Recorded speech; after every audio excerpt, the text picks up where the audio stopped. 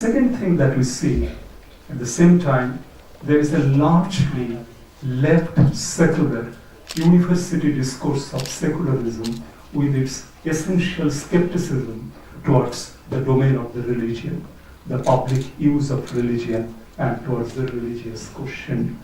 A discourse that remained limited to the select left intellectual, political, secular circuit confined to the centers for learning and the universities. And the third, I believe, which is happening is also another part of political as well as the academic scholarship, where we see a mix of Ambedkarism, subalternism, and feminism with a very powerful critique of the Hindu Dharma Shastras and their inherent patriarchal Brahmanism. And the fourth, which I believe is equally important for any observer of contemporary Indian society, a very marketized, commodified Hindu spirituality emerging with 24/7 television channels and serving different kind of needs across different sections of society. On the one hand, to give a simple illustration, the growing discontent with the biomedicine and the search for alternative healing leading to the phenomenal rise of the Ramdev phenomenon.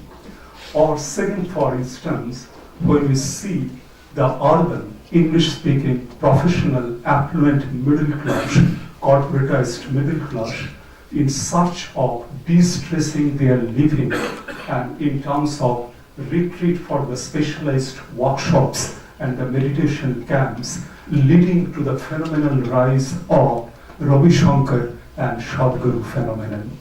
And the third, large section of the marginalized caste and communities, wounded, tortured, humiliated by life's miseries, which a very non-caring state seeks to fulfill in search of miraculous solutions to the everyday struggle, leading to miraculous godmen like Ram Rohim and Nirvan Baba. Now, these are the context in which we are talking about, we are invoking Gandhi, and we are trying to talk about Gandhi's Hinduism, engagement with Hinduism and humanity. So friends, see the gravity of the challenge, the time in which we find ourselves, and the debate on Hinduism that we see is taking place under those circumstances. And that's why I would congratulate Professor Devji for his paper. The very fact that he chose to make a paper of this kind, where he spoke on Gandhi's engagement with Hinduism and humanity with a series of interesting questions relating to cow protection, religious conversation, and the caste questions, which are so important in our consciousness, which are so important in our polity.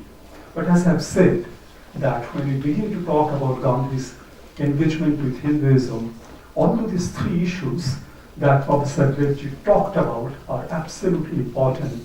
But Gandhi's engagement with Hinduism is much more than that. And it is in that context, with due respect to Professor Sir, I just wish to throw some more light on these issues. And I'm trying to do it in terms of looking at Gandhi and situating Gandhi in the context of the other debates with Hinduism and the social implications of Hinduism which were taking place at that time.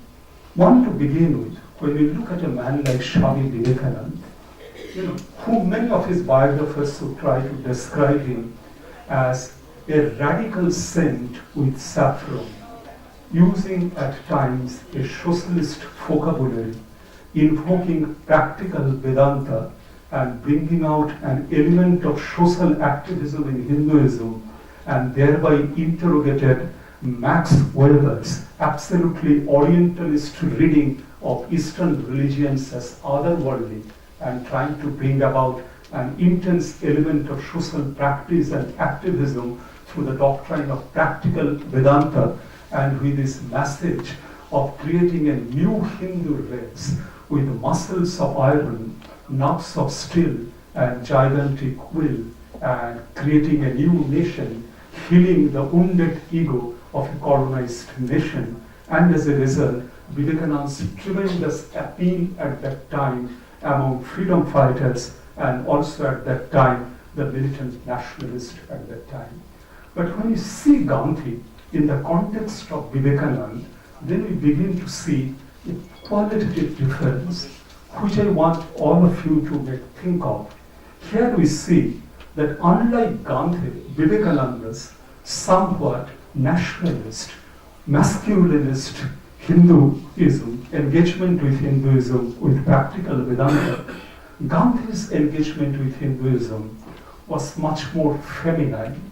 It was much more feminine, and it was this feminine spirit in Gandhi that would enable him to have a beautiful hermeneutic engagement with a text like the Bhagavad Gita, where instead of war, Gandhi would try to see the Kurukshetra as a site of inner struggle and essentially a philosophy of peace, because if it is desire that causes violence and war, one of the principal lessons of the Bhagavad Gita, as Gandhi would argue, is about desirelessness. And this is why, for example, the way now Kurukshetra he would try to see it, apart from being a battlefield, externalizing a battlefield outside there, seeing it as an inner site of the struggle, tormented Arjuna engaging with Krishna as the inner counselor in the everyday struggle of life between the truth and the evil, satanic forces and the illumination of light.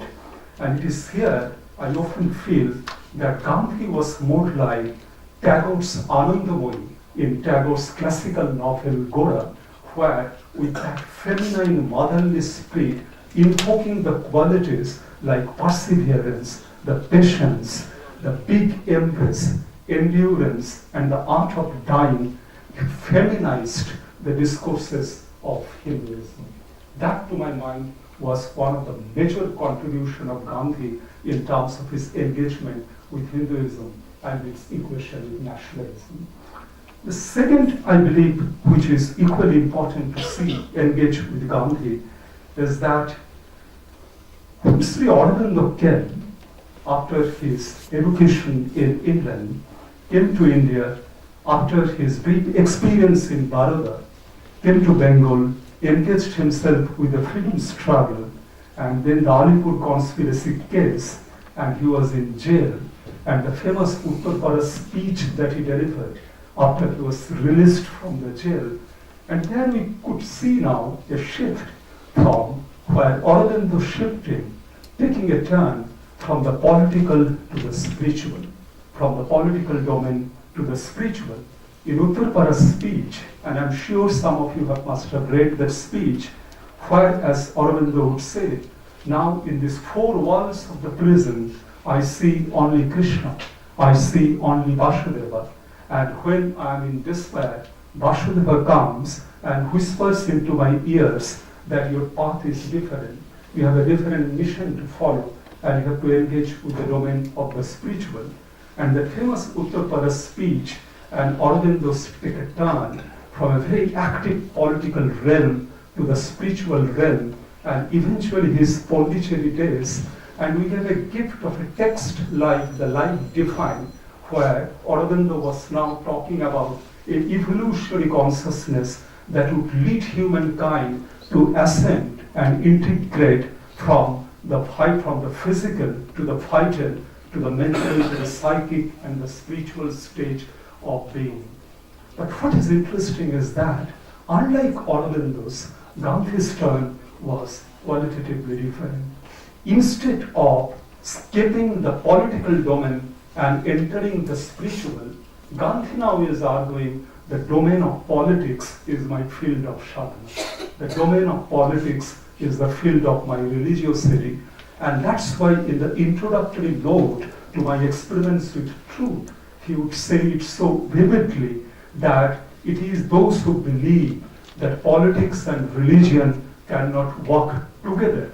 I question that, because it is in the realm of the politics that my spiritual sadhana and the quest has to be tested, has to be evaluated and examined. And this quest, unlike Aurobindo's shift from the political to the spiritual, Gandhi's integration of the political and the spiritual, that gave yet another meaning to Gandhi's engagement with Hinduism. And it was a risky path. It was a difficult path because Gandhi could not have that luxury to enter himself into that spiritual ecstasy that characterized people like Raman Maharshi and Ramakrishna. Because in Gandhi's world, a peasant from Champaran, a textile worker from Ahmedabad, an industrialist called Birla, and also, for example, innumerable contenders and critics like Nehru, Savarkar, Jinnah, Ambedkar, all existed.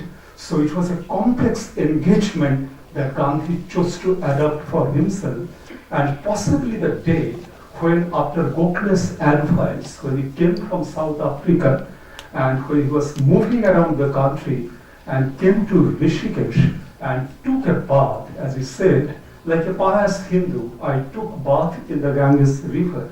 And then a Hindu priest happened to see me, and he recognized me, and he came to me. He described in the autobiography that chapter called Lakshman Jhola.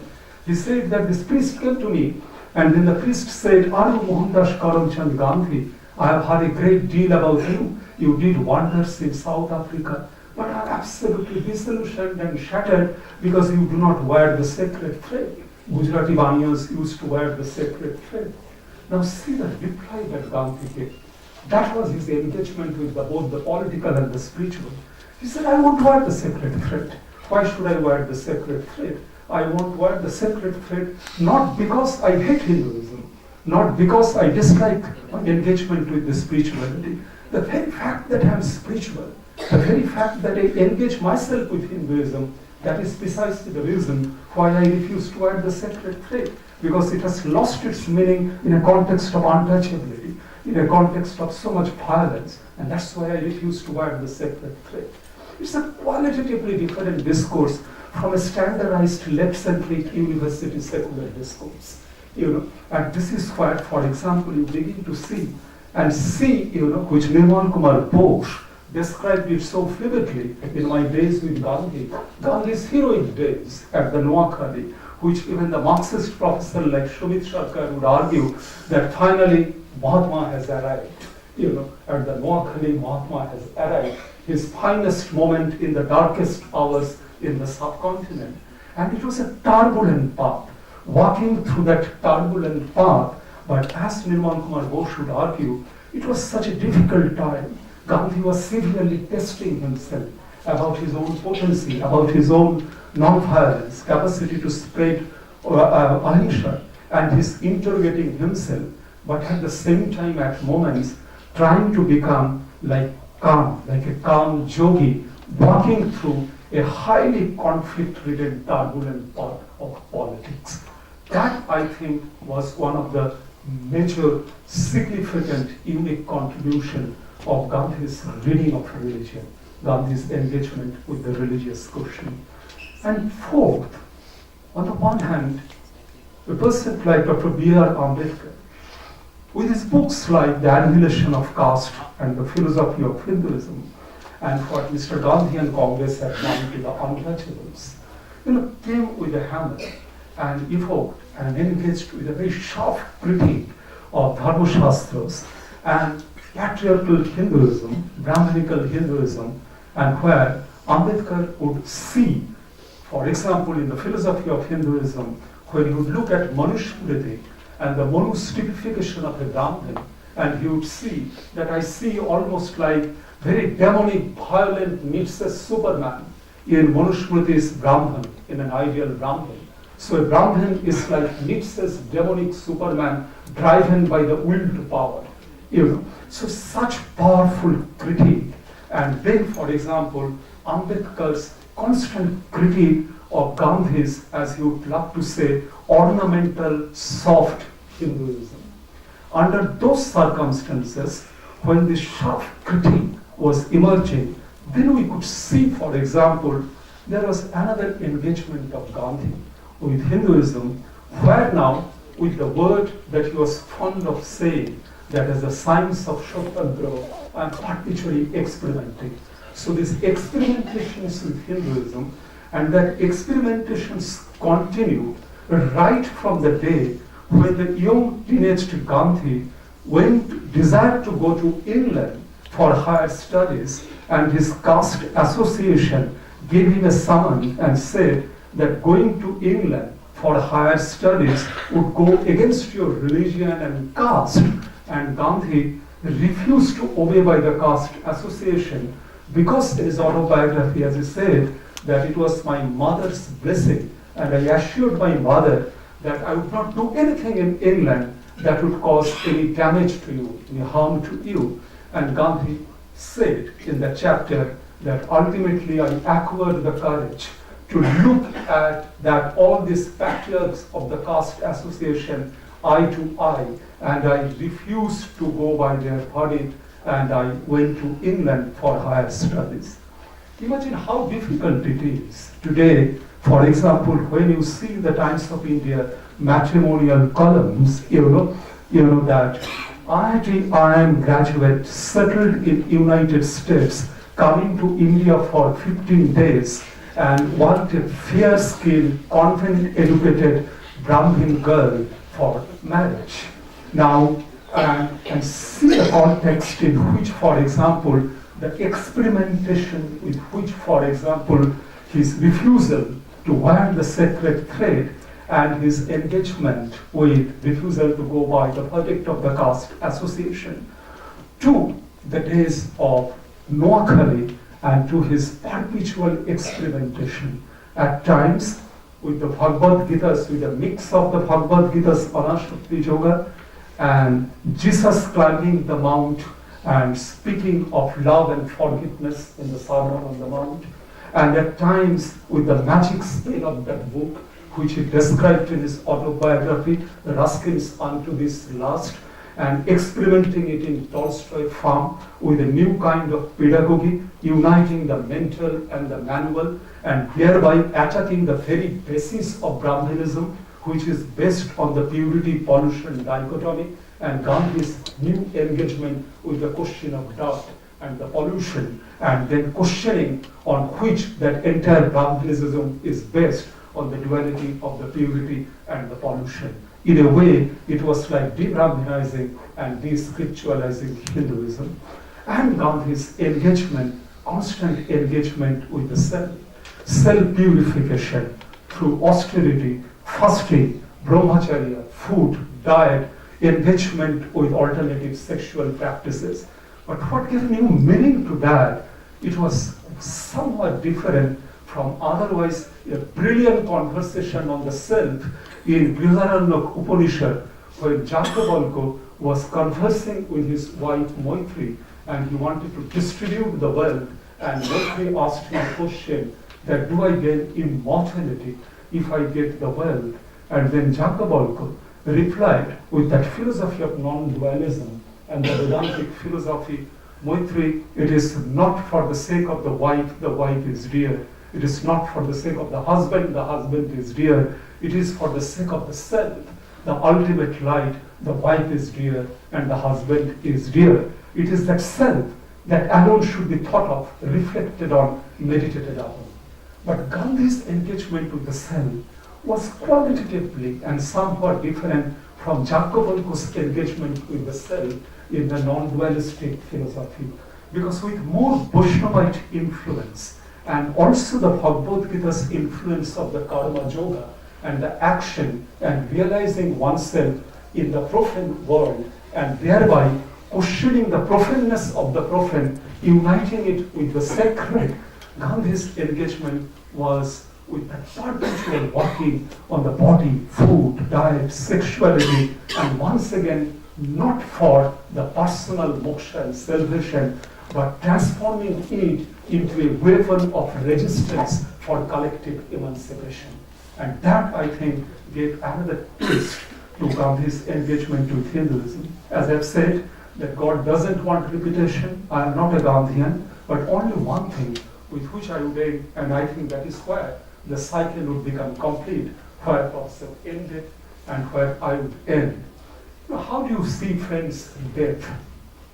And it is a fundamental question in all religion, And how did Gandhi die? and what is the meaning of their death? And I think that is a very important question that bothers all of us. On the one hand, end of January 1948, and see the context. Already a nation corrupted, humiliated, defeated, absolutely wounded, and violated by the partition trauma, and the large-scale communal violence, and the large-scale aggression and violence that led a man like Sadat Hasan Manto to write in one of his brief notes that the mood of that time, breaking news, Mahatma assassinated, sweets are distributed in the streets of Lahore, Amritsar, Bombay and Kolkata. Now that was the time, that was the mood. The air is filled with poison, the aggression and the hatred. And it was also a time in which a new nation is now trying to adapt and emerge with yet another kind of modernity, with another kind of development pursuits that Gandhi critiqued so powerfully in his 1909 text called Hind Swaraj. So these twin forces, on the one hand, a very aggressive communalized politics, and the other, a new language of progress and the modernity and industrial development that now New India chose to adopt. It was an alliance of these two forces, and in which, for example, Gandhi was killed. And see that moment. Till the last moment, he was 15 minutes late that day for attending to the prayer meeting. And till the last moment, when Godse was getting his pistol ready for the final act, he, in a way, was on a pilgrimage. It was a pilgrimage of a different kind. It was a pilgrimage that Gandhi did throughout his life and politics through walking, something that Gandhi learned from Thoreau, and Thoreau's love for walking as certain kind of an pilgrimage and wandering. And till that moment, when Godse was getting his pistol ready, Gandhi was walking and on a pilgrimage of a different kind. And when these 3 bullets came and he fell down, he died. Then a poet, a Bengali poet, as part of an obituary, wrote that poem like, what a death it is, and the way Gandhi fell, and the way Gandhi died. And as the poet would say, that it reminds me of 2 things. One, the crucifixion of Jesus, and the second is, for example, the way an old leaf falls from a tree. And when an old leaf falls from a tree, it is always rhythmic. There is a dance in that fall, and Gandhi fell like that dance. His 3 bullets, and he just fell, and in his death, he became alive and gave a new meaning to Gandhi's engagement with religiosity in a satanic civilization. Thank you, Professor. Thank you very much.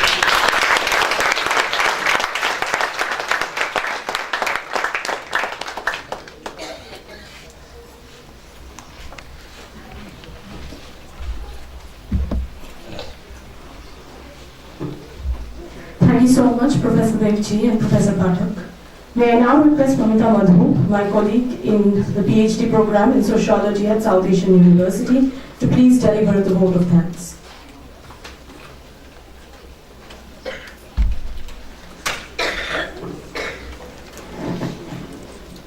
Thank you, Meenakshi.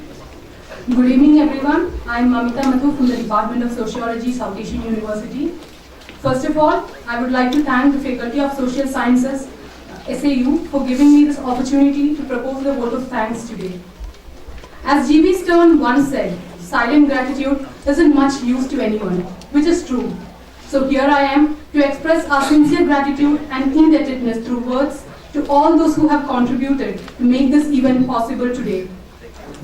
May I request our audience to kindly be patient and allow me a few minutes to formally wind up this event.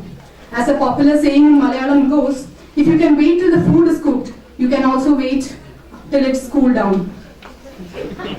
On behalf of the Faculty of Social Sciences, South Asian University, and on my own behalf, I convey my regards and hearty thanks to our speaker, Dr. Faisal Devji, for accepting the invitation to deliver the contributions to Contemporary Knowledge Lecture 2017. We are extremely honored to have you here with us today.